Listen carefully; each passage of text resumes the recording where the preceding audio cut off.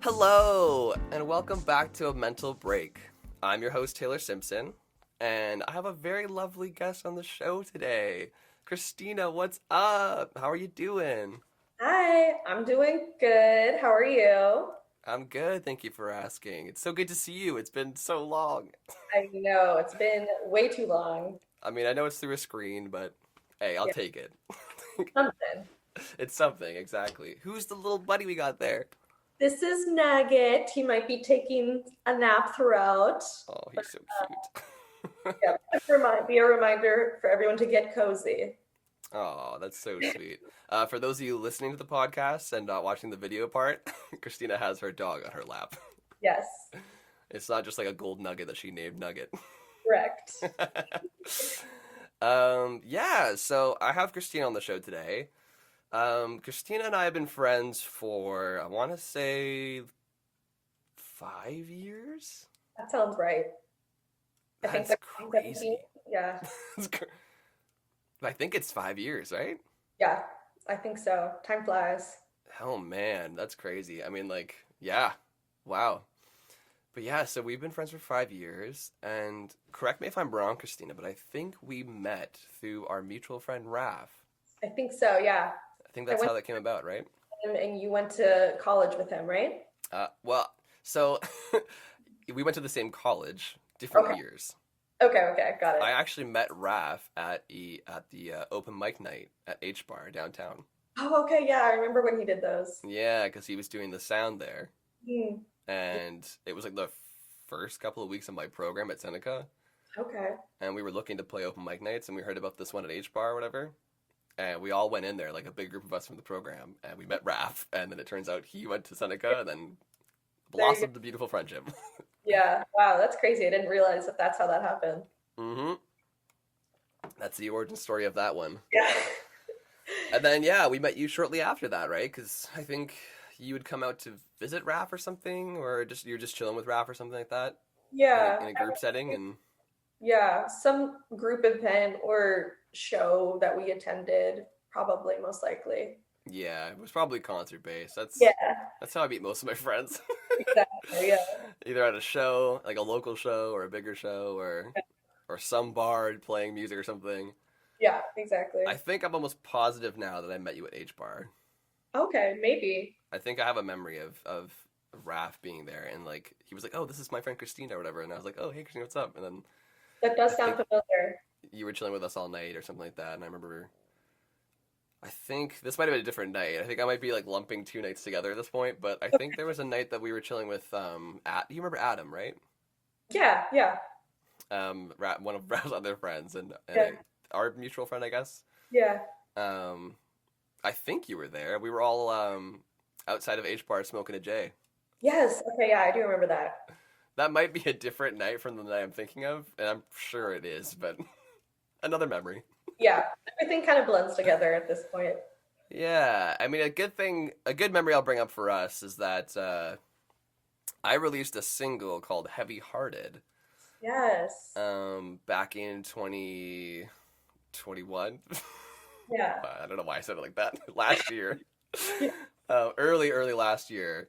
Mhm. And this was during lockdown, so I couldn't really do like any promotion for it or any shows or even shoot like a music video because I think you couldn't even have like people outside or something, right? Like you could even or like there was like a limited of people inside or something like that. I can't remember what the fucking rules were, but um so it didn't feel right not putting out something with it, right? Because I worked on this song with my friend Nicole. Shout out Nicole if you're watching.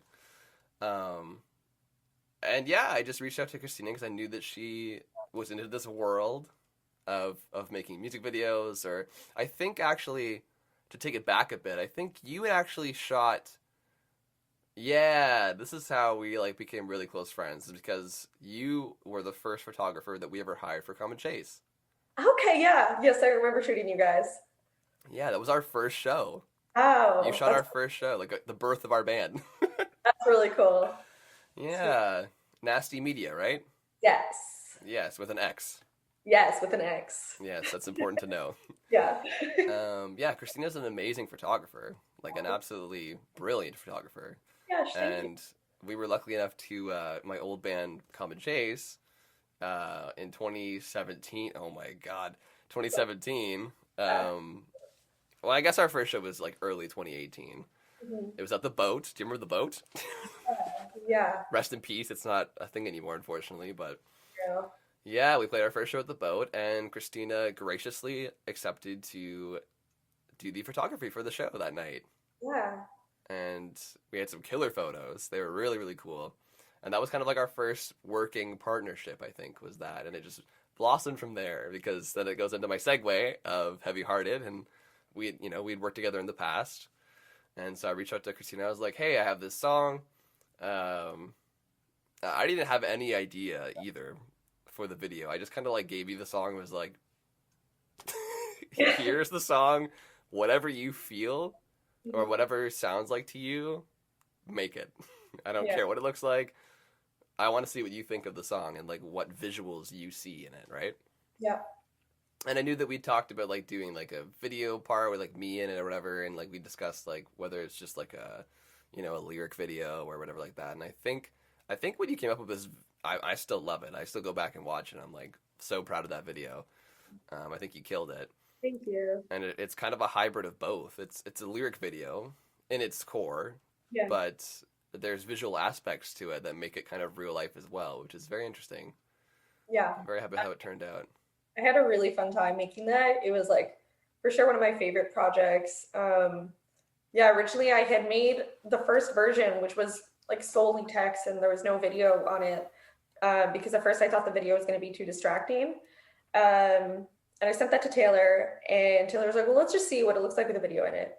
So I put the video back in, and I was like, "Oh my God, this is so much better with the video in." Uh, Yeah, yeah, and it just all came together. yeah. I feel like it definitely needed that. I think the waves were such a nice touch Yeah, because you definitely get that feeling in the song of like being close to a body of water, right? for sure. Yeah, And I just feel like it really spoke. And when you added that back in, I was like, yeah, this has got to stay here.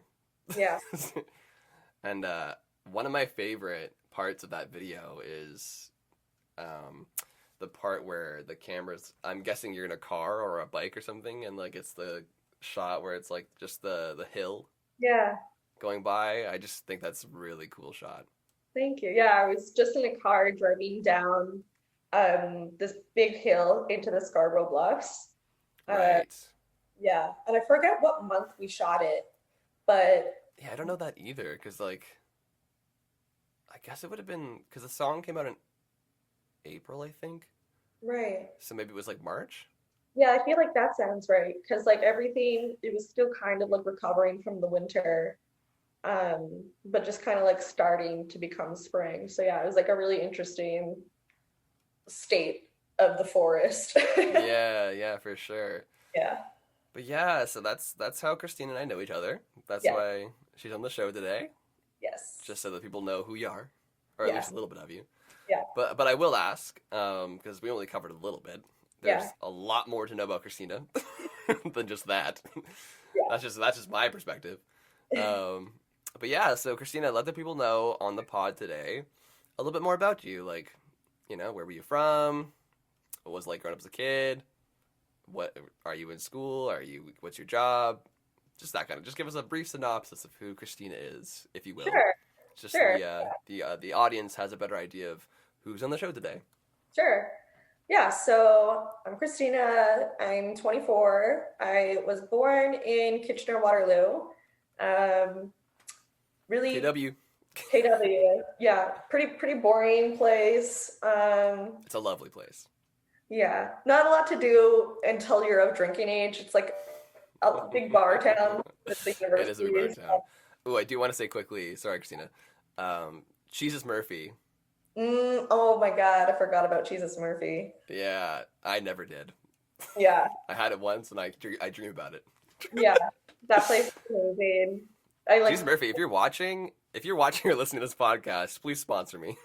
yeah, God. It's They like make 2 amazing grilled cheese. bar, but we would just like go to Jesus Murphy's at like 3 a.m. Absolutely. Yeah. But go So ahead. Sorry, I just want to throw that out there. yeah, so grew up in Waterloo.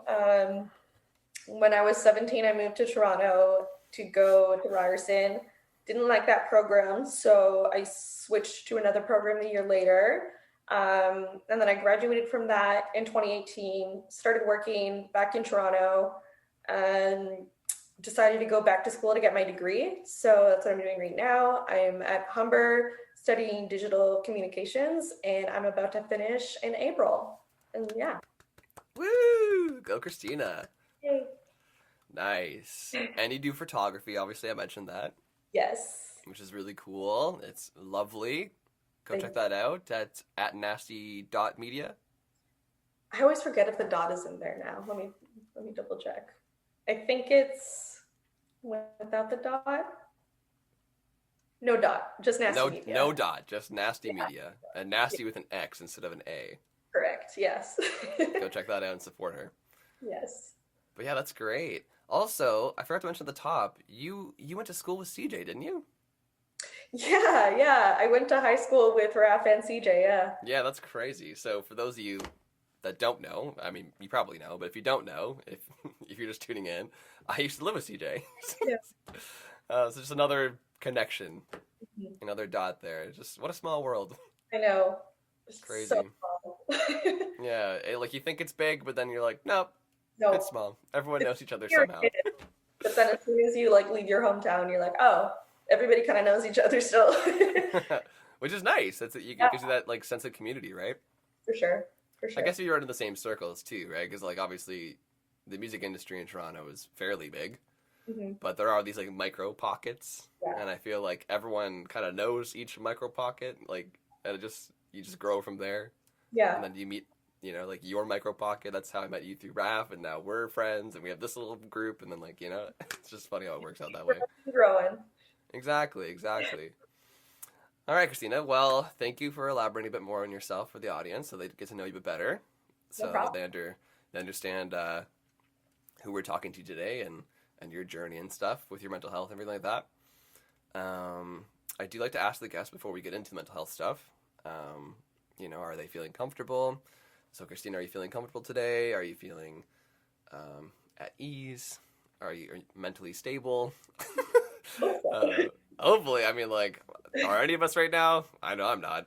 um, but yeah, do you feel comfortable with me as the host discussing it, and do you consent to talking about your mental health today? Yes, I am very comfortable here and with Taylor, and I consent to discussing my mental health. There we go, everybody. We got the green light. Wonderful. So, all right, Christina, let's jump into it. Sweet. My first question is just kind of like a base question, just to get us started into it, and then we can branch off from there. Um, yeah, just what mental health struggles or illnesses do you deal with? So mainly I would say anxiety and depression. The big two. Yep. Yeah. I like nothing to take away because everyone experiences differently, but those are the big two, and I feel like with each and every episode that I do of this show, it becomes more prevalent just how much it's in people and like how many people deal with it. It seems to be a common thread within all my guests, and it's crazy that it affects this many people. Yeah. So I'm sorry to hear that's what you deal with, Christina, but thank you for sharing. Do you want to go a bit more into that? What that Yeah. looks like for you? Yeah. My anxiety it kind of manifests itself into like physical issues some of the time. So the first time I really noticed that was when I was like around 12. And I had like pretty severe emetophobia, which is like fear of vomiting. Uh, Okay. yeah. And so it was really, really bad. And so a lot of the times my anxiety would go into like my stomach, and so I'd feel nauseous like all the time, feel like I had to puke all the time, but I was also severely scared of puking. So it was like this, oh my God, it was like this battle in my brain. Wow, Uh, that's a lot. yeah, and it got to the point where it was affecting the acidity levels in my stomach. Whoa. Yeah, so I went to my family doctor, and he prescribed me some like tablets to control the acidity in my stomach. But the crazy thing to me is that at that point he never discussed anything about anxiety, never like thought maybe she has anxiety. He was just like, no, like you're fine. You're just take these tablets and You'll be Right. so yeah. That was the early years. In high school, um, it still largely, I still largely had that like nauseating feeling all the time. Um, and then also in like science classes, I started noticing that like anytime, this is like kind of a weird one, but anytime I hear like things about like people, like if I think too much about like breathing or like hearts beating or like body, like how bodies function, I don't know why, but it just like freaks me out. Um, Mm. and I would just like have panic attacks in science class. And I was like, I don't think I can take science anymore. Whoa, that's crazy. Yeah. So there was that. And then it kind of just carried on through high school. And then in university is when it really kind of hit me that I was like, okay, this is like, I don't know that I can like deal with this. So I went to my doctor. I got a new doctor. um, and Yeah, fuck that other doctor. yeah, yeah. And she diagnosed me with anxiety and gave me medication. And that was a big turning point. I like felt immediately a huge change in myself. Uh, Yeah. Was it, sorry, Christina, was it generalized anxiety disorder? Was that what you were diagnosed with? Do you yeah, know? Yeah. Okay. yeah. Um, and yeah, so did that for a while, and my anxiety did get better. Since then, like I've noticed now, though, during the pandemic, I think it's definitely made it a lot worse. Mm. Especially like socially, or like if I have to like leave my house, it's like I'm like thinking about it and like like anxiously thinking about it for like days before Yeah. in advance. Um, Whereas like before, when I had the pandemic, it was kind of like a form of exposure therapy, having to go out every day. Like, you know, like I didn't have a choice. But now that I don't have to, the thought of like doing one thing in a day, I'm like, oh my God, I gotta black out the entire day now. Yeah. Oh no. I feel Um, like that happens to a lot of people now, though. So you're definitely not alone in that. I mean, I feel like even extroverts are dealing with that now too because of the isolation they've spent, right? Like I know for me too, like in relation to what you just said, like I'm a pretty outgoing person. I like to think I'm pretty extroverted. Mhm. I have like a tiny little bit of introvertness in me, Yeah, like very minute. right. um, I'm like mostly extroverted, but I found being like this for the last 2 years, isolated in this fucking house, Mhm. uh, it's affecting me. Yeah, Um, you know, because like the tail end of last year, obviously things were open up a bit more, right? right. And I was going out like crazy, and Yeah. like I was trying to make up for lost time, right? But I mean, it definitely was fulfilling. Don't get me wrong, but at the end of all of it, everything said and done, and we went back into lockdown again at the end of December or whatever. Mhm. I was like, whoa, that was a lot. Yeah. You know, like it like kind of hit me all at once. I was like, yeesh. You know, Mhm. like I was a bit more anxious than I would have been, I guess. Mm. You know, Yeah. going into it than I normally would be. So yeah, in that regards, I can relate to that, Christina. Yeah. It's been a couple of fucked up years. For sure. Yeah. I don't know where I fall on like the introvert extrovert scale. Like I would personally say that I think I'm more introverted, but like once I get to know someone, like I'm really just like scared of what people think of me at first. So like when I don't know how someone's gonna react to me, I'm very shy. Like I don't want to say the wrong thing. Um, but like once I'm comfortable around that person and I know how they're going to react to me, I'm like open up a lot more. Obviously, I'm sure a lot of people are like that. Mm-hmm. Yeah, I feel like I'm mostly just like really shy and anxious. And yeah, I just like I worry too much about what people think about me, and that's Yeah. something you really need to work on. But we'll get Yeah, unfortunately, that is a common thing in most of us, isn't it? Especially today. I yeah, feel like, you know, sorry, we'll get back to. I don't want to get. We're on tangents here, yeah, but a common thing that's come up recently in some of the other episodes that have come out, in my previous guests has been social media. and Mm. how much that's played a big factor in fucking up their mental health Yeah. and the way they view things and the way they act and stuff like that. So in terms of like, like the whole social anxiety thing, or like that that like judgmental notion that we have in our brain of like uh being afraid of what people think of us, or being afraid to say something that we want to say, or like, just that constant fear of like not knowing how someone's going to react to you. Mhm. I think somewhat stems from, I mean, obviously the isolation that we've had in COVID and stuff, and obviously being, diagnosed with anxiety doesn't help either, and depression, that obviously is a big factor. Mhm.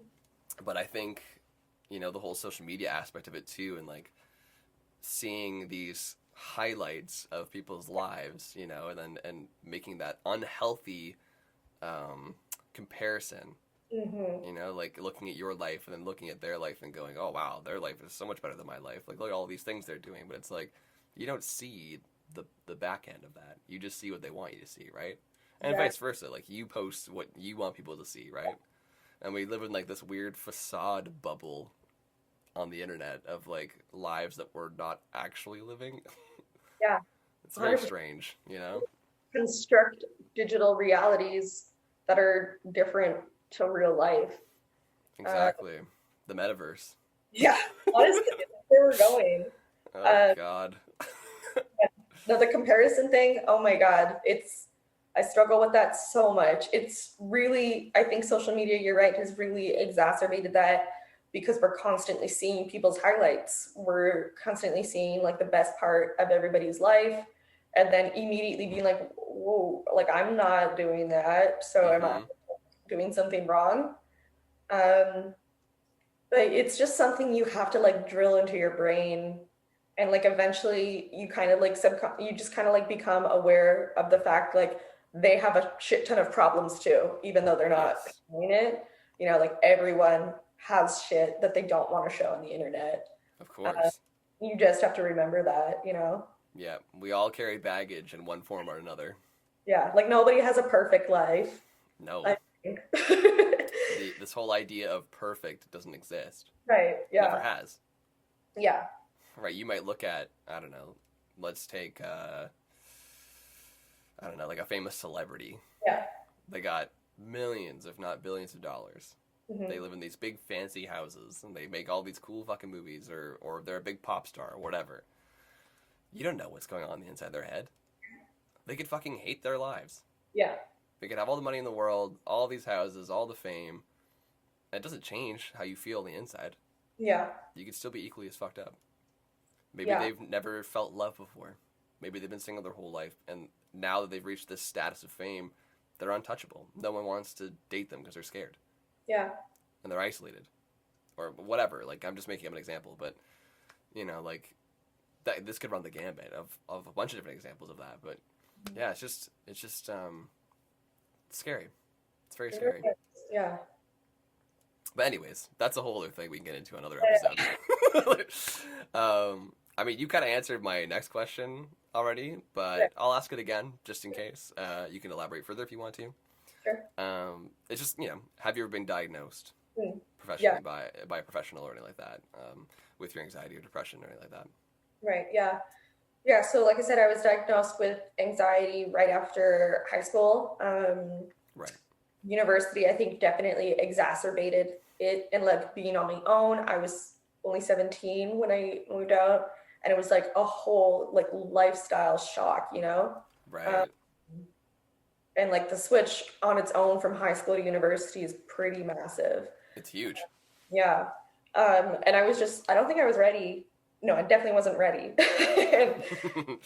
and yeah, so I just felt my anxiety like becoming out of control. So, and I knew at that point, I was like, okay, this is anxiety. And like, since I was on my own for the first time too, I was actually able to like book my own doctor's appointment and like get my medication and like my parents not be in the room because prior to that, like my mom was like pretty anti-medication before.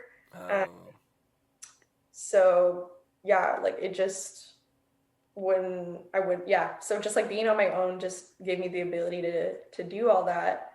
And then like a year or two later, I think I briefly went to see a therapist, and then I was diagnosed with mild depression.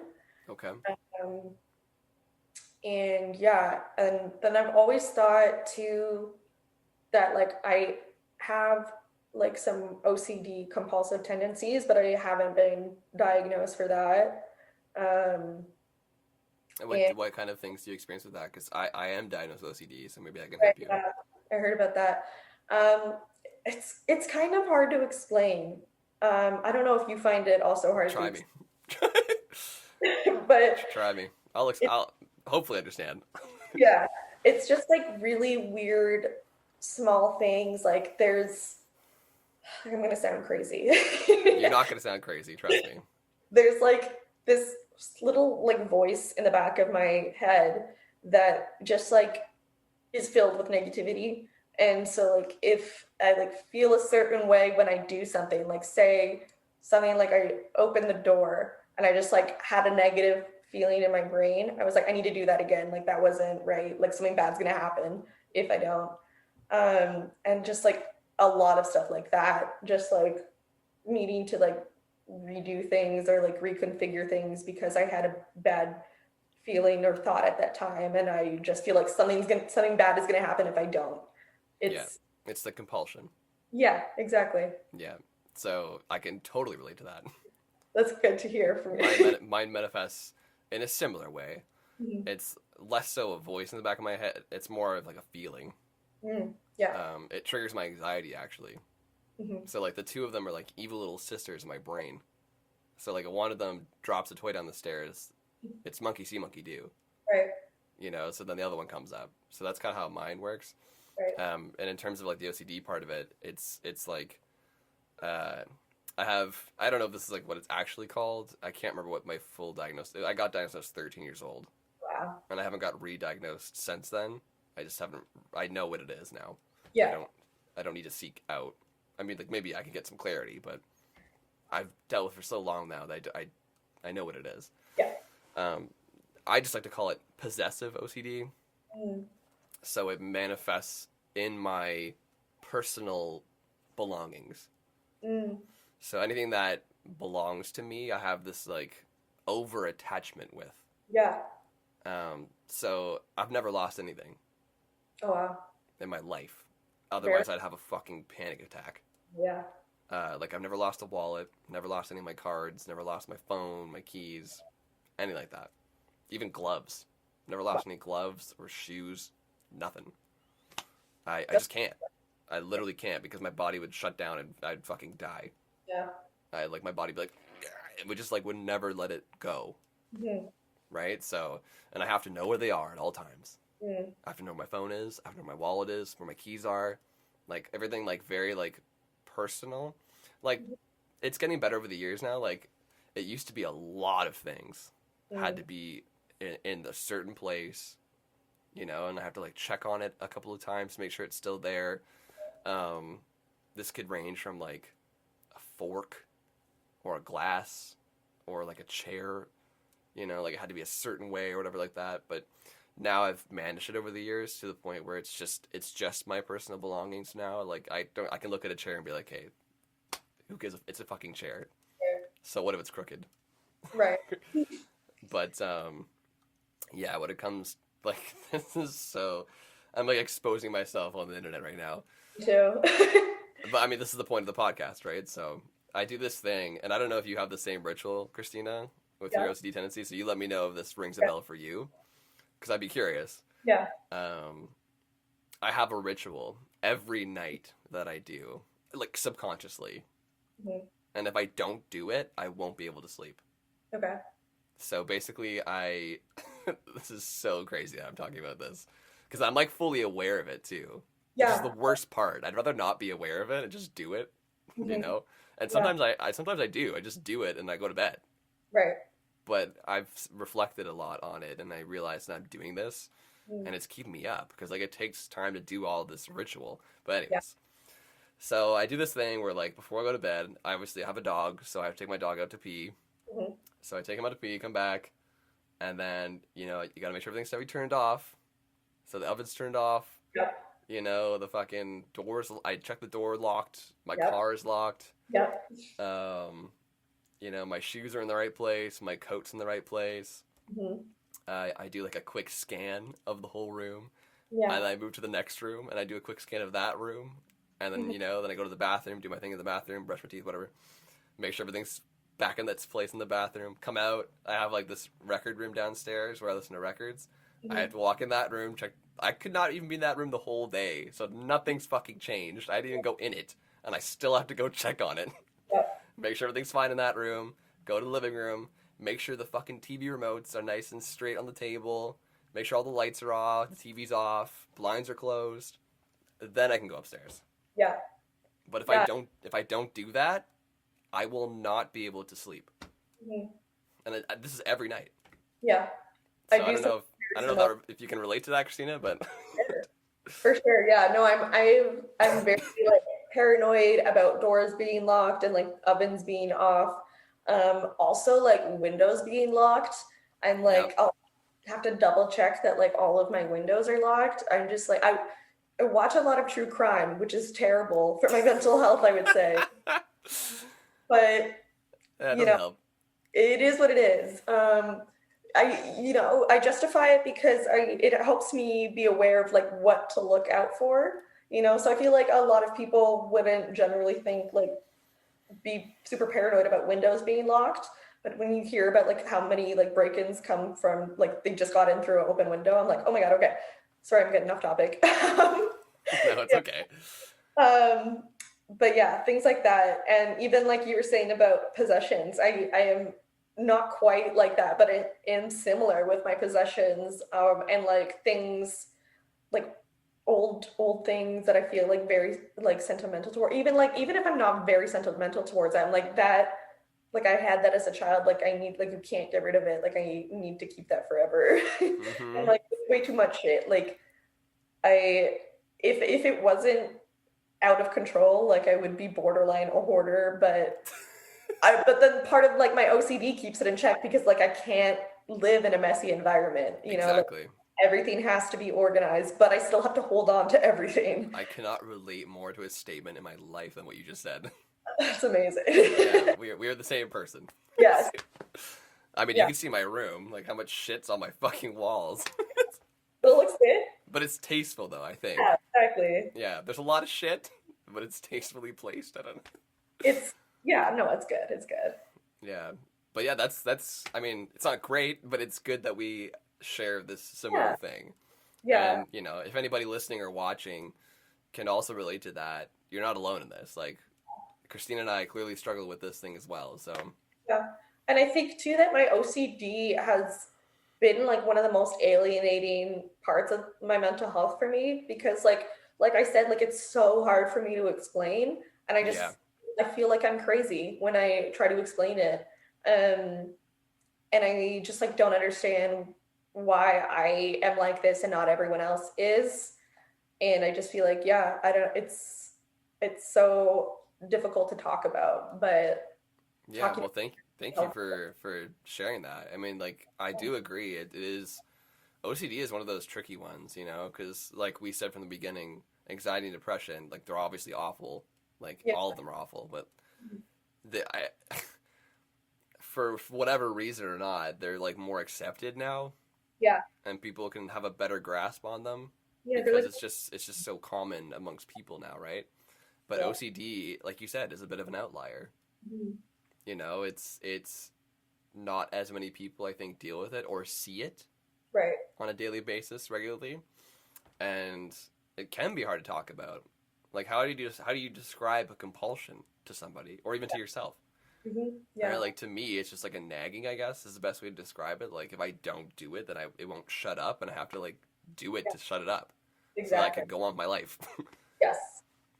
It's like imagine like you have like a younger sibling and they won't shut the fuck up until you give them something, Yeah. but in your head. Yeah. And for This is me, it's like a omen. It's like something terrible will happen if you don't. yeah, if you don't do it. Exactly. Yeah. There's like that looming fear Yeah. over it, which is totally irrational because Totally irrational. nothing's going to happen. Yeah, and that's like you said, like one of the most frustrating parts is like we're aware of it and we Yep. know how irrational it is, but we can't stop, you know? That's mental health. Oh. Self-awareness, but you can't do anything about it. Yeah, but it's Put good it to on a be t-shirt. aware. Yeah, true. Unfortunately, Oh man. What was I gonna say? I had a good point about OCD. Oh no, I lost it. it'll come back to you. This I always happens. think I think so. This is my ADHD brain. Yeah, I I feel like I'm not diagnosed with ADHD, so I don't want to abuse saying that because I hate when people do that. yeah, Um, do you ever get frustrated with people that say, "Oh, it's my OCD," yes, and they yeah, throw it on like a verb, yeah, and it's like you don't get it.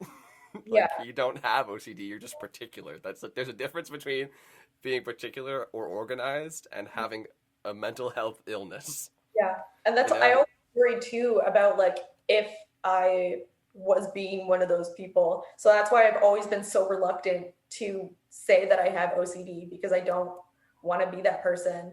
Uh, Right. but like, yeah, it gets to a point where it's pretty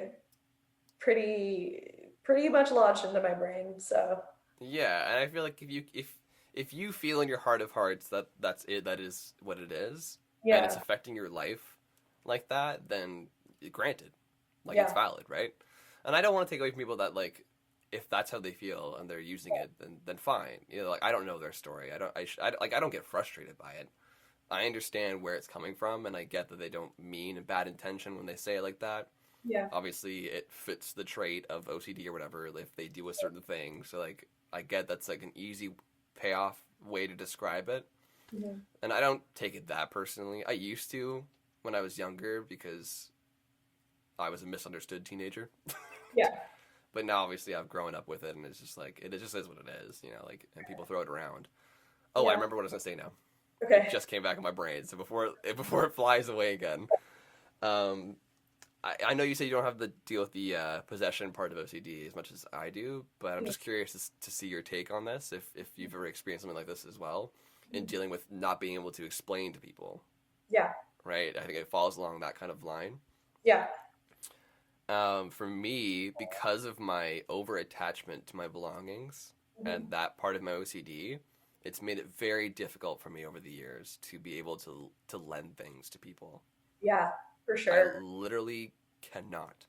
Yeah, and I feel like such a dick. I feel like I'm Yeah, such a terrible person. you feel bad, Yeah, even though but you I, know deep down that you would if you could. yeah, It's yeah, just a thing. mhm, Like if someone was like, "Hey, can I borrow your guitar for this thing?" yeah, In my heart, if I trust that person, obviously, because you don't just give away a guitar, but if I mhm, trust that person, they're not going to break my guitar. right, I want to say yes. yeah, But this yeah, is saying no, no, no, no, no, no, no. mhm, You know, and then like I know how I'm going to feel after if I do give it away, yeah, and it's going to cause me so much stress that I have yeah, to say no. yeah, But then I look like the fucking asshole. yeah, You know, I'm selfish. I don't want to let my things out.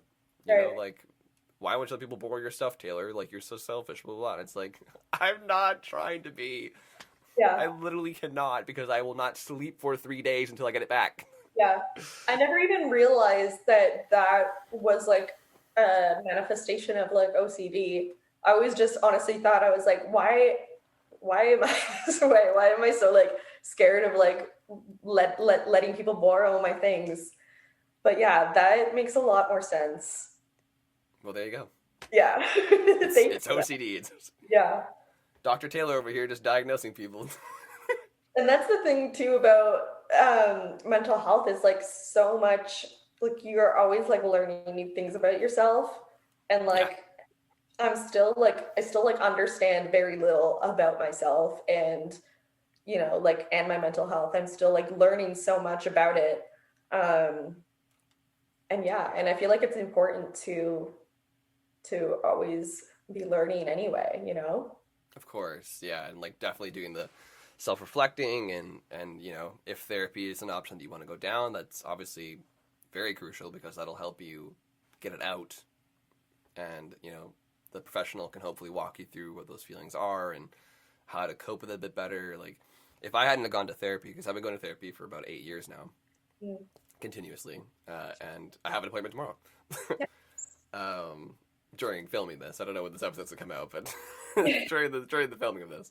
Okay. But yeah, it's very important to discuss, and in my 8 years of therapy, it's really like allowed me to pinpoint certain triggers or pinpoint what it looks like, you know, to Mm. me and how I should deal with it better and come up with better coping mechanisms and how to manage the symptoms a bit better so it doesn't affect my life completely. Mhm. You know, because I was at a point when I was younger. This was not about me. It's about you, Christina. But I'll finish off this point. We'll go back to you. Go for it. But I was at a point when I was younger that like it affected every aspect of my life. Like I couldn't go a day without functioning normally because one of the three, anxiety, depression, or OCD, would take up a big portion of the day. Mhm. And you know, it was through medication at first, and then through therapy, and just doing those deep dives and like really seeing it truly in front of you and Yeah. writing it down too. Like journaling is important too. Mhm. That made it a bit more clear for me, and you just try things, Yeah. like, and unfortunately, you're gonna be stuck with this the rest of your life. Like there Yeah. really isn't a cure for mental health illnesses. It's just kind of there. You Mhm. just got to be able to manage it better, Yeah. to the point where it doesn't affect you as much. Yeah. You have to learn to live with it. Yeah, basically. I was going to say too about therapy. That's something that I definitely need to. I had some, so I've been very inconsistent with it. The first time I ever saw a therapist, I was 15. Um, and I was like so ashamed of it because it was like before mental health still, it was like right before I guess mental health was kind of okay to talk about. Um, and so I was like, oh my God, like I have to go to a therapist. Like I'm fucking crazy. Like everyone, like Right. I think I'm weird and I'm crazy. Like, why do I have to go to a therapist? And then on top of that, the therapist that I was seeing was just not a good fit for me. Mm. And so it put me off therapy for a while. And then I briefly went back in college when I was diagnosed with depression. Um, but I also like wasn't a great fit with that therapist.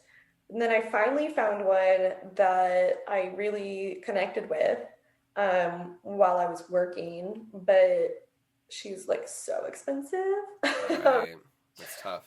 Yeah, so that's something that I definitely need to will be doing in the future once I have like that time and energy to kind of focus on that, Of on healing course. Of everything. course.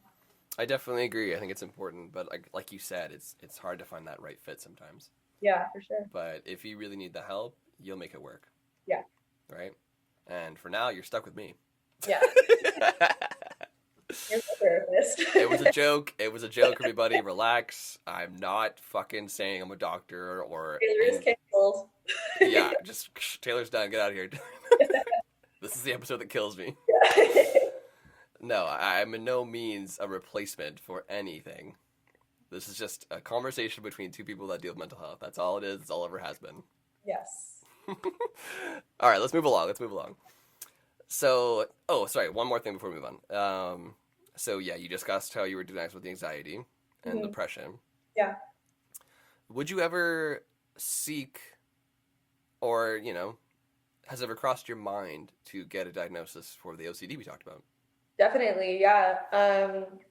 That's definitely one of the things that I would want to find out more about when I return to therapy.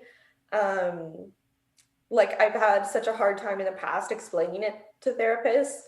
Um, but honestly, like I've never even really talked about OCD with another person who has OCD. So even like hearing you explain it made me realize that I can explain it and I'm not gonna sound completely insane.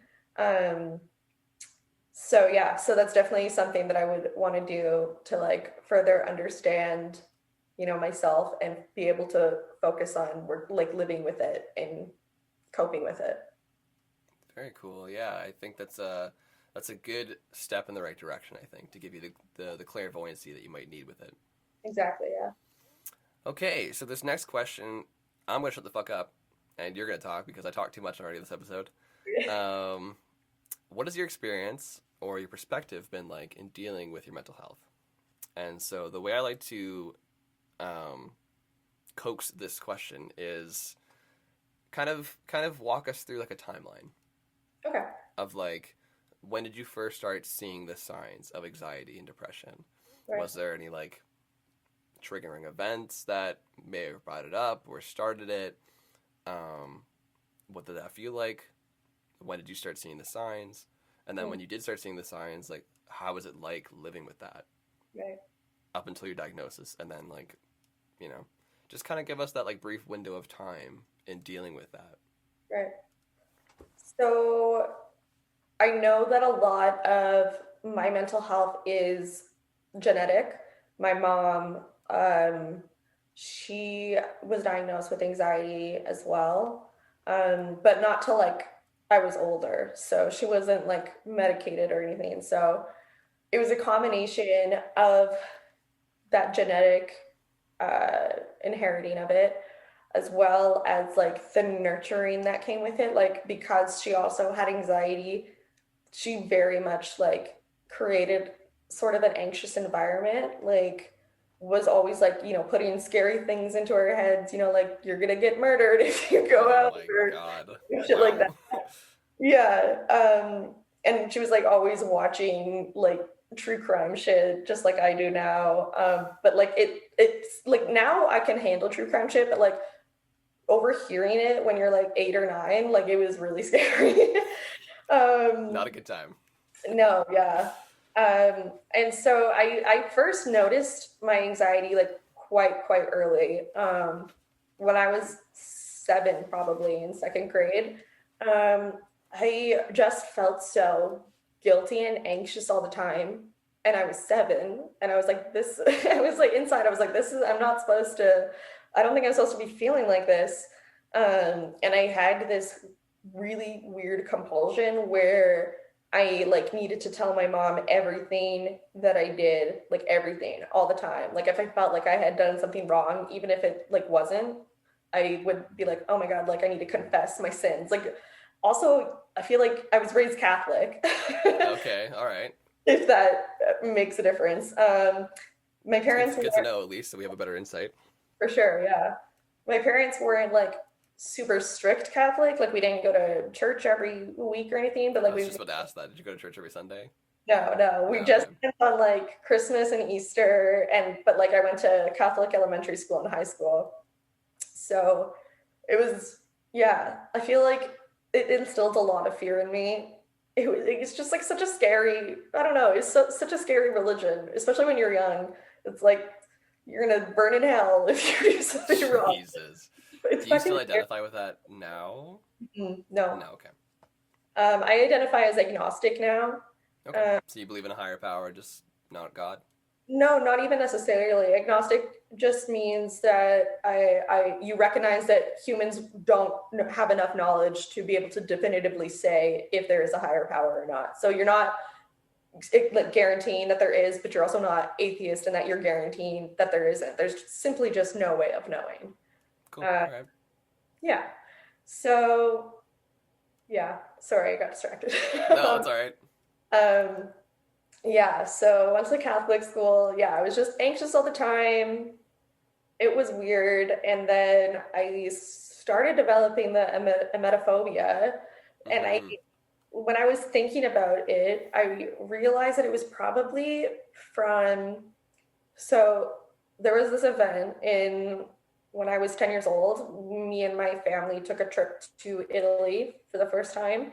Nice. Um, yeah, but I don't know exactly what happened still to this day, but I got some sort of like severe food poisoning. Oh Uh, shit. yeah, and I was just like puking like every second for like 12 hours, Oh and no. like a very terrible experience. Oh god. Yeah, and then it was like so bad that my mom took me to the hospital in Italy. and I got like an IV. Um, and so I feel like that whole experience probably triggered my emetophobia. Yeah, it's born from the trauma. Yeah. And so like I don't really remember if I had that fear before then, but I know for sure after then that I would like bring a bowl with me everywhere I went. Like I would sleep with a bowl under my bed. Oh my goodness. My parents still make fun of me for it. To this But day, yeah. you um never know. yeah, they didn't understand, and that's fair. But yeah, no, it was horrible. It was like a debilitating fear. Um, and I just like hated being in school because like I was so far away from like a bathroom, or I was just like constantly thinking, even now a little bit still, not as bad now, but I'm still like, if I need to throw up, where am I gonna go? You know? Like Right. always like in my mind, like where's the quickest way? Like I don't want to like ruin things. Like it's so weird. Like I don't Planning your exit strategy. yeah. It's a tough So phobia to live with. for sure, yeah. Um, and so yeah, so anxiety was always pretty bad. I'm sure that didn't help. For sure not. Um, and yeah, for in terms of like depression, it definitely comes in waves. Like I can feel fine, I'll feel fine. I'm like I'm okay with myself and where I am, and then something will happen, and I'm like I hate myself. I fucking hate everything. I hate my life. Um, and then like a day or two will go by, or like I'll use one of my coping mechanisms, and I'll kind of just like try to take myself out of that state. Um, and it'll, you know, the pattern repeats, rinse and repeat. Hmm. Um, but yeah, going through high school with that fear and like not understanding fully what was happening and not being medicated was rough. I just didn't understand why everyone else got like felt so or like seemed to feel normal and not the way that I was feeling, and I was jealous and all like I just desperately wanted to fit in. So I kind of just like pretended I was fine all the time. Oh man, yeah. Um, yeah, and then like I was talking about with university, that changed a lot. Um, Mental health kind of started being talked about in a positive way. And I started becoming more aware and just like acknowledging what I had and what I needed to do to live with it. Um, and yeah, like I try to think more of the ways that I lived with it up till today. So yeah, my anxiety has gotten a lot better from being medicated and just kind of like having coping mechanisms. But like I said, I feel like it's kind of getting worse through the pandemic. Yeah. We'll see how what happens if we ever get back to regular life again. We'll Whatever see. that is. Yeah, we'll see how I'm able to adjust. But yeah, it's oh, also just like the idea of COVID is like really hard on anxiety. Like I in December I got a cold Hmm. and I had to go get tested. And while I was waiting for the results, those 3 days of waiting for the results were torture. And the first night I was reading articles about COVID and like how it works, and I started having such a severe panic attack that that I just like started like sweating all through my body, like losing my vision, losing my hearing, Oh my and then god. those are like my regular panic attacks. But for the first time this time, I like actually threw up during Oh this time, man. and I was like texting my sister. I was like, Jen, can you come here? Like I'm scared. Save Yeah, me. yeah. It was just like my Wow. brains are. scary and powerful, you know, like you get a train of thought in your head, and Yeah, for better or I, for worse. yeah, I just started freaking out, and then you just have to like recenter yourself, be like, this is an anxiety attack, like I'm fine, everything's Exactly. fine. And so Yeah, what? You get COVID, you're gonna be fine. yeah, Like it's yeah. gonna suck for a couple of days, and you'll be fine. I mean, like I was reading articles about how it kills people and like that. I was like, oh my God. That goes back to the whole true crime thing. Like, you're just ruining it for yourself. I don't know. I don't know why I do this. Self I, sabotage. yeah, truly, truly. I feel like that's a Oh big thing man. in my life is self-sabotage. Okay, well, thank you so much for that walkthrough, Christina. I think that really helps people see the grander picture. I think Mhm. of the scale of what you had to live through Yeah. and where it all came into place, right?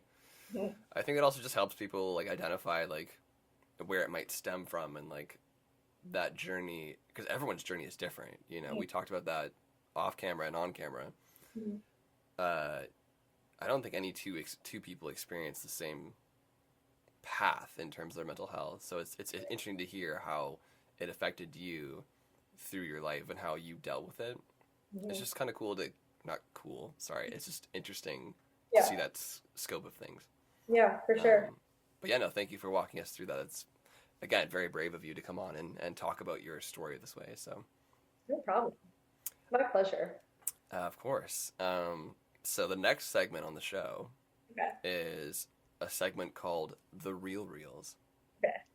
And I think you said you listened to a couple episodes, so I think you get the idea of The Real Reels. Mhm. But for those of you that are just maybe tuning in to the podcast for the first time, I will quickly summarize what The Real Reels are for you so you understand. I know people that have been listening for the last 2 years are like, hey, shut up, Taylor, we get it. We know what The Real Reels are. But you never know. This could be like the first episode they landed on. Exactly. I don't know. Basically, The Real Reels, to me, are exactly what it says. It's the real reels. This is as real as it gets. You know, like, and again, I always preface like the guests can go as far as they want. I will never ever ever push the guests to divulge something that they don't want to divulge. Mhm. But this is the opportunity of the podcast to talk about some shit that isn't talked about normally in the quote unquote real world. You know, well, fake world. I'll say that because it's seeming more and more fake each day we go by. But that's a whole other podcast episode. Um, but yeah, I'm so tired of having these, you know, taboo convers like, you know, Yeah. why can't we just normalize these conversations? Like, why can't I go to the coffee shop and be like, and the guy goes, "Hey, how are you feeling?" And I'd be like, "Yeah, honestly, man, not great." Right. And instead of him being awkward about it, why can't he just be like, "Oh, dude, I'm sorry to hear that, man. Here's your Mhm. coffee. Hope you have a good day." Yeah. You know, like why can't that be a thing? Yeah. You know, and why can't I talk to my friends about thinking about suicidal thoughts? Mhm. Why is that frowned upon? Yeah. Why should I feel ashamed for wanting to kill myself? Mhm. This is what I'm going through. This is my personal thing. And Mhm. yeah, it's fucking scary and Mhm. it's, you know, sensitive and triggering to a lot of people. I understand that, but I should be allowed to talk about it Yeah, for and sure. not feel bad about it. And the people not I understand that not everyone's going to understand that. And it's a tough conversation to have, but I feel like the more we talk about it, the more easier and accessible it becomes. Yeah. It Right? becomes So, scary the more you talk about it. exactly. And then people will understand it better if we Mhm. talk about it more and it gets less tabooized. I don't even know if that's a word. It Less is taboo. It is. I'm making a word now. Slap it on a t-shirt. It's a word now. But yeah. merch designs this episode. Yeah, that is actually a good merch design. Yeah, I'll look into that. Yeah. But yeah, that's the real reels. Okay. So there's only one question in the real reels. Okay. It's just what are some of the hardest moments Yeah. you've had to face with your mental health? Yeah. I would say it's definitely when those waves of depression come. Um, I mean, it's really hard. It's literally like you're fine, and then basically a tsunami just kind of comes and swallows you up. and you like kind of have to pull yourself out of that, and that's really hard to do. And um, a lot of people like can't. A lot of people aren't even able to pull themselves out of it. But yeah, it's definitely some of the darkest moments because I just like feel so much hatred to myself, um, and just like everything, like everything I say, I'm like, that's stupid. Like, why would I say that? Like, clearly, and it's just like this cycle of vicious thoughts. Like, no one likes you, you know, like everyone thinks you're weird, like, just like on and on and on, of like basically having like a bully living inside your brain that you can't, that it's very difficult to control. Um, and another part of mental health that I find really dark too is when you're still trying to figure out what is happening. Like when I was really young and like dealing with these like weird compulsions, and I was like, why am I doing this? Like this is weird. Like I recognize that this is strange. Um, and especially at that time, like I had no knowledge really of mental health, and there was no discourse of it really. Yeah. um so I was like, okay, I'm just crazy. Cool. um Right. and yeah, like as a kid, that's really really weird and difficult to experience, just not understanding what's happening to you. So I would say those are the two darkest things for me personally with mental health. Oh, sorry, I'm getting a call. Okay, we're No good. worries. Um, yeah, I mean that's. I mean, thank you for letting us into that. That's obviously, again, like you said, it's not easy to talk about, but it's important to address these things, right? Um, yeah, I mean, like I'm there with you, man. Like I Mm-hmm. obviously, I feel exactly how you feel. I mean, not exactly, but Yeah, relative. yeah, yeah. Um, yeah, it's tough, man, and you know, it goes back to what I was saying earlier about how people throw around the term OCD around and stuff like that. You know, when people say they're depressed, like, are they Mm-hmm. really depressed? Or are they Right, just sad? exactly. Yeah, You know, because if you're depressed, you know you're depressed. Like, yeah. there's nothing else that feels like that in the world. No. And like you said, it can come on so quickly. Mm-hmm. You know, like you could be fine one day, and the next day you feel like a piece of shit. Yeah, Like, but not just like anybody can feel like a piece of shit, but like you feel like you're a piece of shit. feel like the world is ending. Exactly. And there's nothing that can really pull you out of it. Like it's just so dark, Yeah. you know. And I don't want to pry, Christina, but has there ever been a moment where you were pushed too far? So I've never like attempted suicide, but I've been like consumed with thoughts of it, like in those dark moments. Um, it just like most of my thoughts, I have this thing where like I'm also like really scared of dying. I'm not scared of death per se, but I'm scared of dying. Like you have to theoretically go through some sort of pain potentially to die, and Yeah. that is just I'm just like paralyzed in fear of that.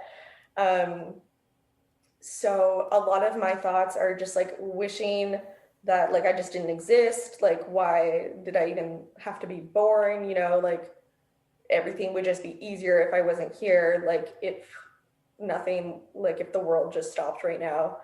um so yeah, it's a lot of that, but Yeah. yeah. Almost kind of like the quiet way out. Yeah, exactly. Yeah, I totally get that. I mean, I've had very similar thoughts to that. I mean, and I'm sure a lot of people watching and listening may have also had similar thoughts to that. So, I Exactly. mean, thank you again for sharing that. That's obviously not easy to talk about. Mhm. Um, it's very difficult, especially in those moments. And it's really tough, Christina, because like we're so self-aware. Mhm. It seems like, at least. I think I can make that fair assumption. Yeah.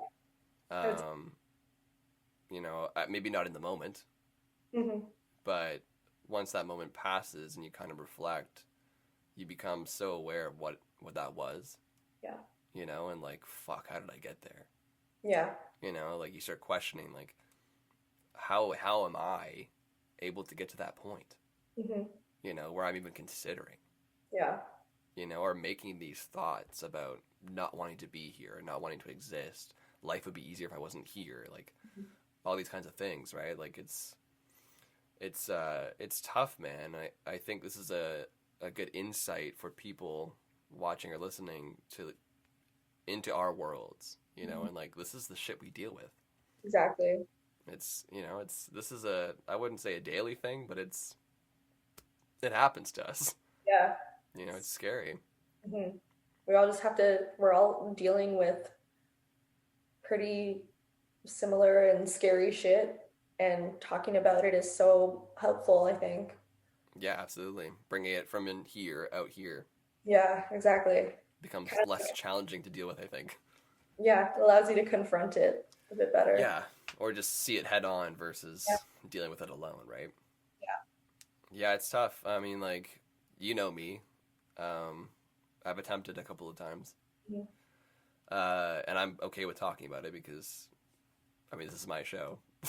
but but also, like, I'm very open about it just because I think, I'm a huge advocate of mental health and suicide awareness. So, and I've come to terms with it. Like, it was obviously scary to Yeah, think about and deal with it first, but, uh, all the attempts were years ago. So I have time to sit with them and, realize what they were. And I'm okay to talk about it because it needs to be talked about. for sure. But yeah, no, I'm sorry that you had to go through that, Christina. It's not fair to any of us to have to feel that way, Mhm. but I'm glad to see that you're still here and that you're still trucking and you're not letting it beat you. Yeah, and I have to say the same to you. Like, I'm so fucking glad you're still here. Like, you 100% the world is a better place with you in it. So Well, try thank to you, remember that. thank you, and likewise Thank you. for both of us. There you go. Before we move on to the next segment, I do want to touch upon vices because I think that's another important part to mental health, the Mhm. addiction part of it. Yeah. Because I'm also a big advocate of that as well because I was an addict. I don't Mhm. know if you ever knew that about me, Christina. I don't think so. So I was an addict for about 5 years. Okay. Uh, had a really bad drug problem, Mhm. and I was very young too. I started when I was 15, 16. Mhm. Um, but I've been sober for 8 years now. Wow, congratulations. That's huge. Thank you. Thank you. Yeah, it's been a tough fucking journey, but Yeah. we're here. Now I've got to deal with the alcohol. But yeah, so I'm a big advocate of that, and I like having the conversation to other people as well that deal with anxiety and depression because it's very easy to fall into vices, Yes. negative ones. I mean, I Yes. guess I don't know if there's any positive vices, but vices in of itself is a negative word in my Right. mind. So, Yeah. but yeah, have you ever found yourself struggling with any sort of vices at all? Yeah, for sure. So in high school, um, I kind of very casually started smoking weed. Um, and but then after high school, I started dating this guy who smoked like every day. And so then it graduated to like me smoking like every time we hung out. And then that graduated into me smoking every day. Um, and that's definitely been a really, really hard addiction to break. And it's still like I'm still working on it, and yeah, it's hard. It takes time. The problem is that like it brings so much relief to the symptoms of my mental health, um, and I just struggle to like exist without it, unfortunately. Right, Um, you become reliant on it, exactly, yeah. Um, but it's like a blessing and a curse. It sounds like to you. It sounds like you're aware that it's addiction. yes, Do you, 100%. like, what's the negative side of it to you? Well, it's hard because like I don't want to be addicted. Like I want to be able to fall asleep without it. Like if I stay at someone's house, like I'm like freaking out. I'm like, how am I going to be able to fall asleep there? Um, Stuff like that. Yeah, I'm just like it's really tough to be so dependent on something. And I don't like being dependent on anything in general. I think most people don't. Um, but yeah, it does, like I said, like bring a lot of relief. So it's like such a tough balance. Yeah. I think something that needs to happen for me in order to be able to ever break the addiction would be like I need to go to like a sleep doctor, um, and get like a sleep study because I have the worst time falling asleep, and staying asleep and then getting up. It's just like sleeping is a fucking nightmare. Yep. Yeah, it's really rough, and Insomnia, perhaps? I think so. I'm scared to like diagnose myself, Yeah, of but like course. I can't sleep at night, so I don't know what else you would call it.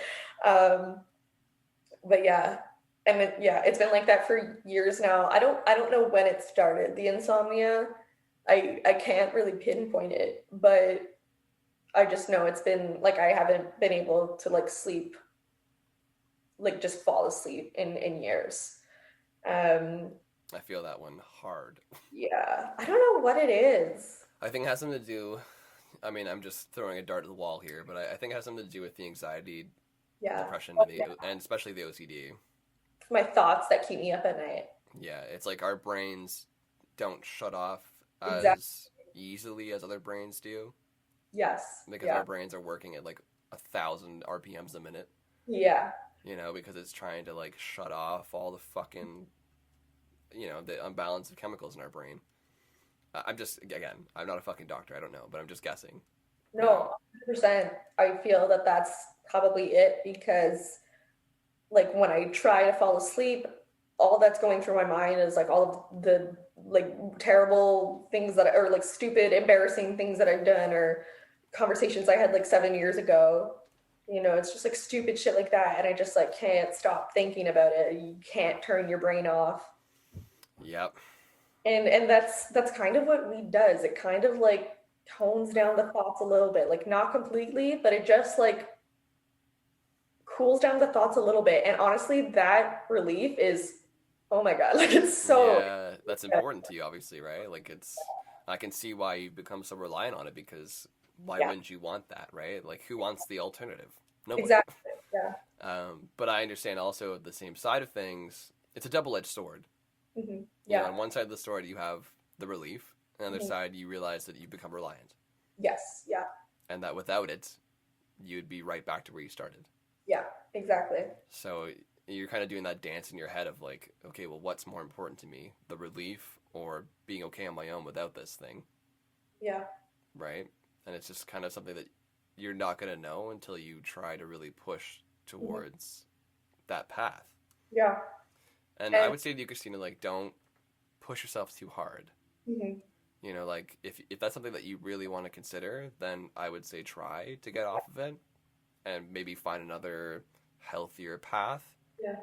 Whether that's like, melatonin is herbal. Yeah. You could try that, or you could go to a sleep clinic, like you said, or a sleep doctor and see if they can help you with something. Like there's avenues you can go down to try to, I don't know if you can fix it completely, but at least get it to a more manageable Yeah. place. For sure. And if it doesn't, then it's okay. You can allow yourself to smoke weed. Like it's fine. Yeah. It's But just they're- keep it in a moderation, I guess. exactly. Yeah. Just monitor it and make sure that it's not controlling you. Yeah.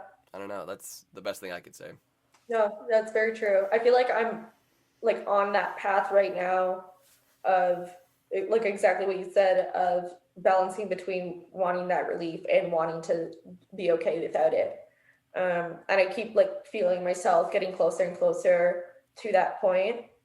Um, and yeah, I feel like the pandemic too has pushed it to the forefront a bit for me.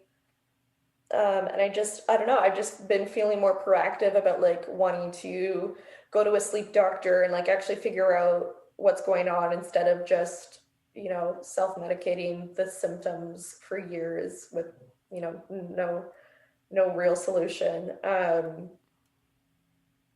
Yeah, yeah, I need to like be at that. I'm getting very close to that point where I'm going to make that jump. Um, but yeah, it's a work in progress. That's all it is. Yeah. Everything's a work in progress, but that's okay. At least you're taking the steps, right? Yeah. I like to view things as like just a staircase. Yeah. You take one step at a time, True. Very and true. eventually you will reach the top of the staircase. Yeah. Just don't slip on the way up. Watch out for those banana peels. Yeah.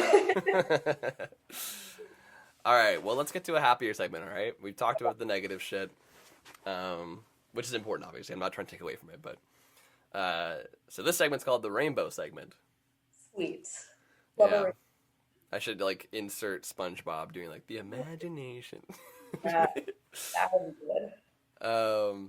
But yeah, so this is the segment where hopefully the people that I'm talking to have come out of the worst of it.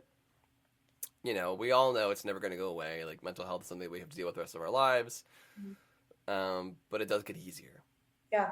You are able to manage it a bit better. You find coping mechanisms that work for yourself that allow it to not be as tedious Mhm. or struggle with as much. So yeah, like this part of the podcast, towards the outro is kind of just like looking back and discovering all the positives, and on a lighter note, I'll say. So first question in this segment for you, Christina, is: are there any positive things you've discovered during or still finding out about your mental health? Yeah. I mean, I think that, I mean, it's hard because there's like a lot of negatives, obviously. So it's kind of hard to think about the positives, but I feel like it does protect me in a way, being scared of things. Um, I'm like less likely to put myself in particularly like unsafe scenarios, or like even just like scenarios that could turn unsafe. Like, I don't know, like it's a double-edged sword. Like I am scared to like go out a lot of the times, but at least I'm not going to get murdered. It's I pretty mean, yeah, much you're right. Yeah. logic, mental health logic. Yes, exactly. But but yeah, it I feel like it just helps me kind of like see things differently sometimes. Um, it definitely forces me to keep myself busy and distracted. Um, and yeah, I feel like those are the main positives, probably. Cool. So it keeps you productive, Yeah, which is good it's because safe. and like productive is a loose term because what is productivity? But like whatever you define productive is, Yeah, if you feel like you're being productive, then that's great. yeah, And it's I don't mean to laugh at the first point, but it's true though. Like it's yeah, funny that it's kind of like a safeguard yeah, for in a sure. weird way. Like I kind of view that for mine, like as I discussed earlier with the OCD thing about like I'm never gonna lose anything. Right. Yeah, So that's cool. I mean, it sucks that I'm like paranoid about it all the time, but at least I'm never gonna lose anything, yeah. And I right? mean, So a lot of it too, this is like kind of slightly off topic, but a lot of it too stems from like human nature, human survival. Like it's better to be anxious about a fear that isn't present than to not be anxious about a fear that is present. You know what I mean? Like it's kind of hard to explain, but like you're more likely to survive if you're, anticipating that. yeah, like if you're aware of it, Yeah, because then like when it does happen, you're ready, exactly. rather than not being ready for it. And then it happens to you, and you're like, oh shit, Exactly. Yeah. yeah, like locking your window. Yeah, exactly. No Survival. baddies in this bitch. No, that's very true. Thank you for those. Yeah. Um, have you found any constructive ways or solutions or coping mechanisms in helping with you dealing with your mental health? Yes, I have so many things that I do to Let's get deal into with. it. Yeah. Like hobbies. I love picking up hobbies, learning a new skill. Like I said, like I just love to like keep myself busy and keep my mind off of it. when I'm like working on something, like I can focus more on the project I'm working on and be less likely to fall into a trap of like negative thoughts and anxiety. Um, Also, just like every form of media possible. Like I study digital communication, so I'm a big media nerd in general, but I never realized how much I rely on media to like honestly just like be able to exist. Like in high school, a big relief for me was music. And if I was having an anxiety attack or feeling like really nauseous, I could like put on a particular song that would calm me down. And I would do that a lot in high school. And that helped a lot. Just listening to like music that really like calmed me down and made me feel happy. Um, and playing music too. Um, like part of it distracts you and part of it like builds your confidence and gives you a new skill and gives you an outlet too to like write and everything like that. And Absolutely. then also just like TV and movies and the internet, just like Yeah. there's nothing more that I love than focusing on other people's problems, like even like imaginary characters' problems instead of mine for an hour. Projecting. It brings me so much relief. Like they're dealing with so much crazy shit, and like my problems seem so small in comparison. And they're dealing with it, and they're fine. Yeah. They're There's fictional. there's comparison in a good way, I guess, Yeah, yeah, in a positive aspect. yeah. But I love TV. It just like takes me out of my whatever shitty world I'm in and puts Mm-hmm. me into like a potentially happier world or more interesting world. And it just like takes my mind off of the stupid shit that would be plaguing it otherwise. What's your favorite show right now? Tough question, I know. Um, so I have a lot of favorite shows, obviously. All right, top three. Okay, top three. You might not even know them, but Go so for one, it. one is called Broad City. Have you heard of that? Oh, that sounds familiar. You would probably like it. It's like these Is it the two, two girls? And yeah, they're comedians, right? yeah, and Yeah, they, I know it. yeah, that's Yeah. a good show. Wasn't that filmed? That was filmed here in Toronto, wasn't it? Maybe I thought it was filmed in New York, but Well, a lot, anything that's filmed in New York is filmed in Toronto. so it's very very likely. Yeah. Cool. Okay. Yeah, I like shows like that because they're like I love sitcoms are like one of my favorite types of show just because like the world is so happy and like there's like no negativity in it. I it brings me so much relief. I don't know. I'm like I don't know. It's weird. I get that. But then I also like dramas and like thrillers because and then it makes me focus on their problems and really distracts me and stuff. There's this show called Star, super underrated. You've probably heard of Empire, the show Empire by Lee Daniels. Is that the music industry one? Yeah, yes. Yes. Okay. So Lee Daniels made another show called Star. It came out a few years ago, maybe a bit more now. But it's about this like girl group, and I love it. It's just so good. Cool. Third one, oh god. I That's mean, tough. right. I just finished watching Yellow Jackets. I And just heard about that show yesterday.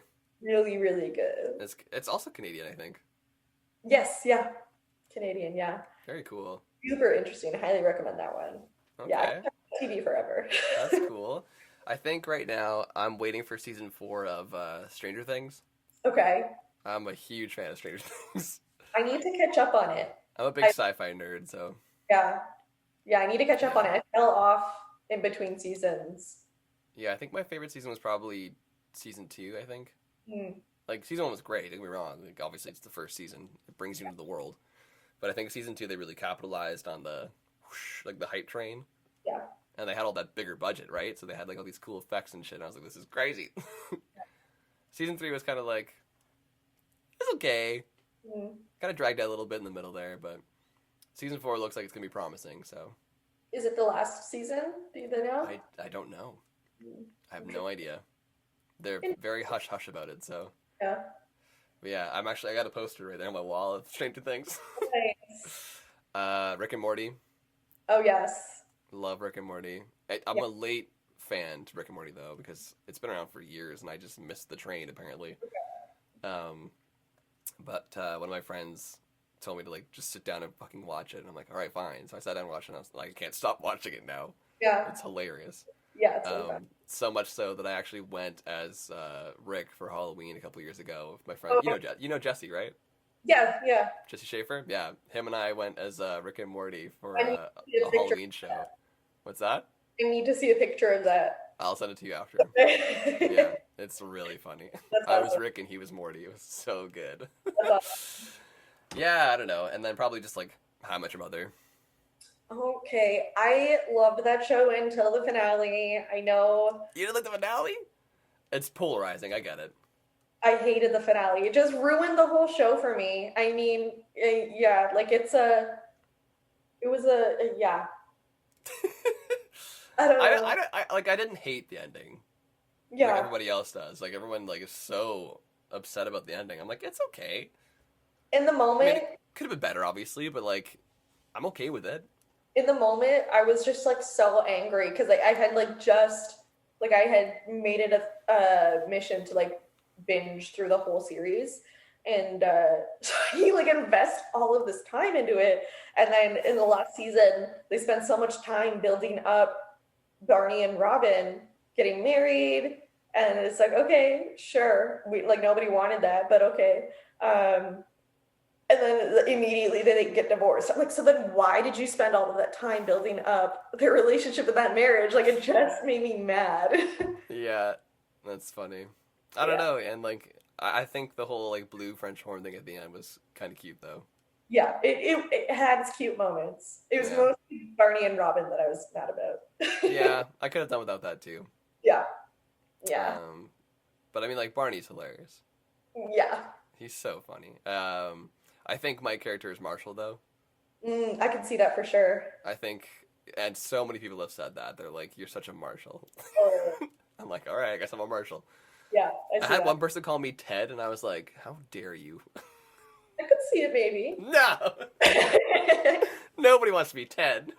mean, he's like the main character. I know, but I'm not a main character. Wow. You're the main character in your own movie. Everyone is. I'm the Marshall in my own movie. It's fine, and I'm okay with that. Yeah. Marshall's great. I just need to find my Lily, Yeah. but we'll see one day maybe. Yeah. Who do you think you are in the show? Are you a Lily? Or are you a Robin? Are you a Barney? I mean, A Marshall? A Ted? I I don't know. I don't know if I would be any of them. I guess like I would probably be most similar to Robin because like I can't be Lily because she's like married her high school sweetheart and I'm not doing that. Yeah, very um few are. yeah. But she's Yeah. creative though. Pardon? She's creative though, and you're creative, right? But I guess with Robin being in media, that kind of makes sense for you. Yeah, it could be a Canadian pop star singing in a mall. Isn't that what she did? Robin Sparkles. Yeah, that's Yeah, Sparkles. she does music too. That, and she's Yeah, also a news reporter, so that's media. there you go. So I Okay, guess you are Robin. There you go. We found it out. we figured it out. Everybody can relax now. Oh, that's great. Okay, well that's those are some good couple minutes. So TV, Mhm. um, Entertainment. music, yeah, media definitely helps in a Mhm. positive way as Yeah, long as you view it in a positive way, obviously. yeah. Um, yeah, I think I'm a big believer in. I'm trying to get better at exercising, honestly. Same. Uh, it's obviously tough with everything being fucking closed and all that shit, Yeah. but and finding the willpower to do it in my house is very tough. Yeah. But I Yeah. also hate gyms, so it's like Same. I'm like in this middle ground of like, what do I do? Yeah. And I need like a space away from my house that's not a gym to work out. yeah. Like an And office is it's just a gym. yeah. And the worst part too is the fucking winter. Like usually I'll like go on walks and Yes. like go on a jog or something, but like can't can barely go outside. Like this one usually makes me get out of the house every day to take him for a walk, but like his toes get really cold in the snow, so he doesn't want Yeah, to walk very same far. way for my dog. I feel you on that with Christina. Yeah, like obviously I take Mikey. He's Jack Russell, so he needs exercise. Right. But his feet get cold immediately, so our Right. walks get shortened in the wintertime, right? It's tough. It sucks. But Um, see the thing where he like lifts his feet because their feet. yep, It's so he goes cute. like this, and I have to like hold his feet and like dig out the. It's mainly like the salt that bothers his feet. So Yeah. I'd like pick up the salt and like cup his little paw, and they're like, "Come on, Mikey, let's go," and So he oh starts my walking God, again. it's so My dog's a diva though, so cute. Same with Nug. Okay, that's also another thing I should add to coping mechanisms. Animals. yeah, yeah, huge, Yeah, huge, huge. so good for your mental health. Yeah, pets are amazing, dude. Like, it's oh my god, I can't speak highly enough of. I mean, obviously it's difficult. Like, not everybody can have pets, depending on where they're living or who they're living with or whatever. Like, there's a lot of factors, but Yeah, if you can get a pet, get get it. one because it helps tremendously having a pal there with you, man. Like Nugget's been sitting on your lap the whole podcast. He'll just nap for hours, man. Yeah. Mikey comes into my room most of the time to do the podcast episode. He likes hearing my voice. Oh, that's so Yeah, precious. he sits on the bed. He's usually right there, That's but cute. I think he's over in Lena's room right now.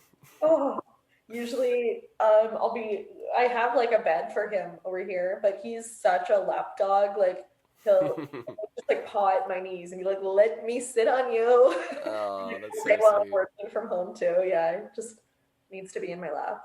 Yeah, Mikey is he's a very affectionate doggy, but he likes his space. Yeah, When he's napping, he's yeah, in his space. Not much of a lap dog, even though he is lap dog sized. yeah, It's very yeah. funny. All right, Christina. Well, I think I have just closing stuff. Yep. So, is there any final thoughts or feelings that you want to express to the listeners or the viewers? It could be like a message of hope or just any sort of advice with people dealing with similar things as yourself. Just any closing thoughts today to all of our wonderful viewers and listeners. Yeah, I mean, I know it's cliche, but you're literally never alone, even if you think you are. Like, there's somebody rooting for you. There's thousands of people probably going through similar things.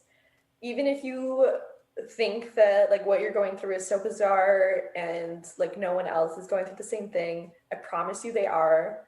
And just talking about it and being open about it is very like life changing when it comes to living with mental health instead of just kind of like denying it and suppressing it. You have to acknowledge it and learn healthy ways to live with it. And yeah, I think talking about it is huge. um, Developing healthy coping mechanisms is huge. And yeah, I just have to reiterate, like, there's always someone rooting for you. I always felt so alone in my struggles when I was young because like I just didn't understand that everyone or a lot of other people deal with similar things. And I just wish I knew that when I was young. So I love you. I'm rooting for you. That's very well said, and I agree with everything you said. I think Awesome. that's a wonderful sentiment, and this is your corner right Yeah. here. If you feel like there's nobody else, if you feel like you're lost, like I want this podcast to be that for you. Yes. Like you don't have to like me, but like the guests that come on at least. Like you could think I'm a dick, that's fine, but like as long as you get something out of the people that I have on sharing their story, and it just shows you that, like Christina said, you're not alone. Yeah. Like there are other people like-minded as you or dealing with very similar things as you in terms of their mental health, and we're gonna get through this. Yeah. It's okay. Like it sucks right now, but there are avenues to go down that'll make it better and easier for you to get through it. I mean, Yeah. we're sitting here right now, Christina and I, having this conversation. We came out okay. Hmm. Christina's still here. She's vibing. She's got a dog on her lap. She's doing media shit. She's making cool videos. She's taking pictures. She's finishing up school. Like she's doing all these cool things, and I'm here in this bedroom doing nothing. But look, like One of us got out okay. But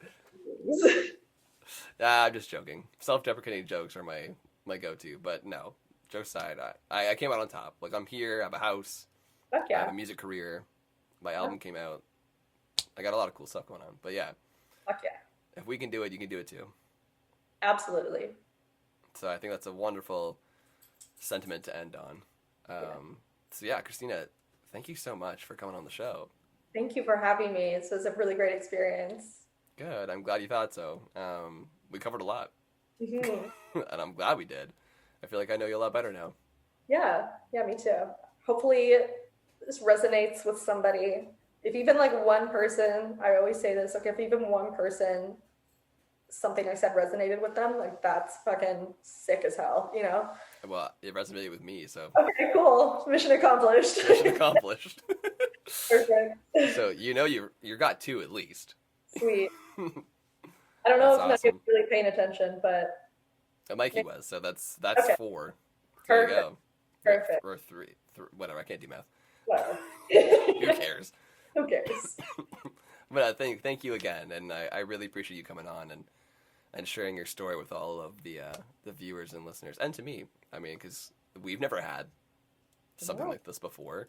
Mhm. I mean, we've been friends in passing, and obviously I've worked with you professionally, but like, this is the first time I'm ever sitting down with you and having this kind of open conversation about something as deep as this. So it was nice to have. Yeah.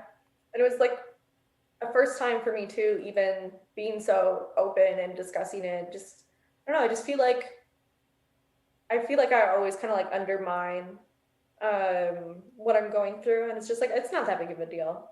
And, but you know, everybody has their issues, and talking about it is very, very helpful. Absolutely. I'm glad that you felt safe enough to come on my show and talk about it. Yeah, of course. That's a big step Yeah. from going to like not talking about it at all to talking about it on a podcast. Yeah. I was like, if you're going to go for it, go for it. Go big or go home, I guess, right? Just the Yeah. saying they use. So, so Christina, if people want to reach out to you and send you a DM or something, where can we find you? Yeah, I'm on I think all of the platforms, Instagram and Twitter and all of the other ones. It's at Christina with an X. See a common theme here? Yeah, CRXSTINA. Got it. So at Christina with an X Yeah, in replace of the I. yeah, in the replacing the first I. First I. Second I is still an I though. Yeah, it's still fine. Couldn't do double X. No, it'd be too much. That's borderline porno. Exactly. Yeah, people are. Yeah. That was a bad joke. I'm sorry. It was good. It was good. Okay. Yeah, please do me a favor and go check out Christina. I mean, she's an amazing person, and she's been so supportive of me and my art, and this program. So, go show her some love. Go give her a nice DM and tell her that she's awesome, because she deserves it. Oh, thank you. You're very welcome. I post a lot of dog content. If that. Hey, if that's your thing, definitely go check that out because I know that's my thing. So, do you have anything going on at all, Christina, that you want to plug? Ooh. I mean, it could be anything you want, really. Yeah. Well, since I'm finishing my degree, part of my final year, we have to do our thesis project. So mine is a short documentary analyzing like the history of women in music. So Cool. that'll be coming out around April. It's called Where the Boys Are. I like very, that. That's good. I'm very excited for that. So keep an eye out. Okay, keep an eye out for that, guys. That's really cool. Yeah. I love that. All right. Well, thank you so much again, Christina. Please, everyone, go check her out on all the social medias and stuff, and stay tuned to that cool project. Yeah. I'm looking forward to seeing that. It should be an awesome watch. It's a video, right? Yes. Yeah. Cool. So we'll check that out. All right. Well, Christina, that was lovely. I feel like we learned a lot about you, and yeah, of course, absolutely. Thank you for being on. Of course. So my closing statements are always the same. Just, thank you guys so much for watching or listening. I really appreciate it. You can check us out on YouTube, That's the video format. If you're watching, hello, you're already there. But it's just a Mental Break podcast on YouTube. You can check us out on Instagram at a Mental Break podcast. If you feel so inclined to check me out, it's at Taylor Simpson Music on Instagram. What else? Give us a like on Spotify or Apple Podcasts. Hi, Nugget. I'm going to look at the camera. Oh, so cute. He's there. He's here for the shameless plugs. Yes. He's endorsing you. I love it. Endorsement by Nugget. Yeah. This episode's been brought to you by Nugget. Sponsor. I love that. But yeah, if you like the podcast, give it a like on Spotify podcasts or wherever you listen to your podcasts. Give it a follow, all that good stuff. Write some comments. I always read all the comments. Share it around. Tell your friends that you might think get a kick out of this or could use some more insight to mental health stuff.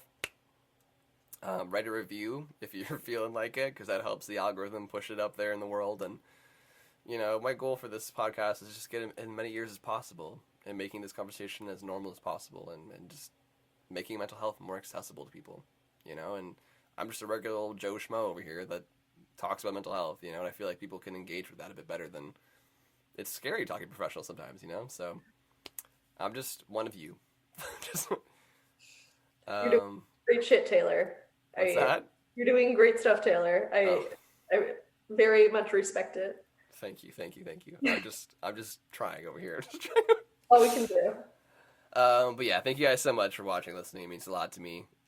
Thank you again, Cristina. Really appreciate it. We'll see you on the next episode, everybody. Bye. Take care. Bye.